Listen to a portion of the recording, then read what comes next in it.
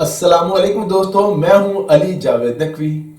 साबिक वजीर आजम और मुस्लिम लीग नून के सदर नवाज शरीफ एक नहीं कई बार आर्मी चीफ से लड़े, जिसकी पादाश में उनकी हुकूमत खत्म हुई। लेकिन एक मौका ऐसा भी आया कि वजीर आजम नवाज शरीफ ने आर्मी चीफ को इस्तीफा देने पर मजबूर कर दिया।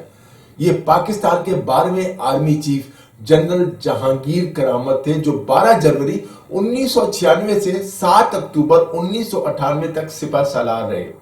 जनरल जहांगीर करामत 1996 में पाक फौज के चीफ ऑफ आर्मी स्टाफ के ओहदे के लिए मुंतखब किए गए। वो 1997 से 1998 तक जो उन्हें chairman joint chief of staff committee का ओहदा भी दे दिया गया। जनरल जहांगीर करामत ने अपनी सिपह सालारी के दौरान सदर ममलिकत फारूक लगारी से बेनजीर भुट्टो की दूसरी हुकूमत को बरतरफ करवाया। जहांगीर करामत उन चंद फौजी अफसरों में से हैं जिन्होंने सिविल हुकूमत से इख्तलाफात पर इस्तीफा दे दिया था, सिविल हुकूमत को बरतरफ नहीं किया।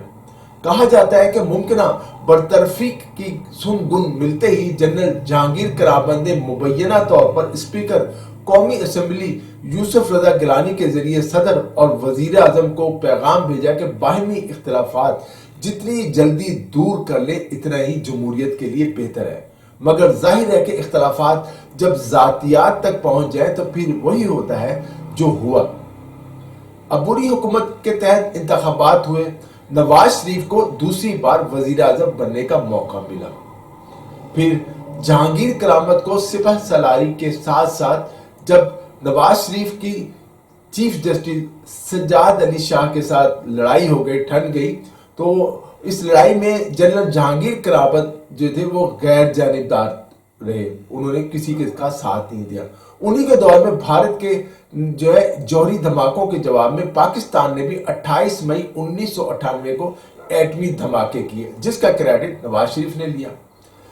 मामलात जिंदगी सियासत ठीक ही चल रही थी कि अक्टूबर 1998 में जनरल जहांगीर करामत ने नेवल वार कॉलेज लाहौर में खिताब करते हुए तजवीज पेश की कि रियासती ढांचे के इस्तेहकाम के लिए तुर्की की तर्ज पर नेशनल सिक्योरिटी काउंसिल के क्याम में कोई हरज नहीं है, एक ऐसी सिक्योरिटी काउंसिल बना ली जाए। वजीर आजम नवाज शरीफ ने इस तजवीज से ये बात समझी, उनके कान खड़े हो गए कि जनरल साहब के इरादे ठीक नहीं।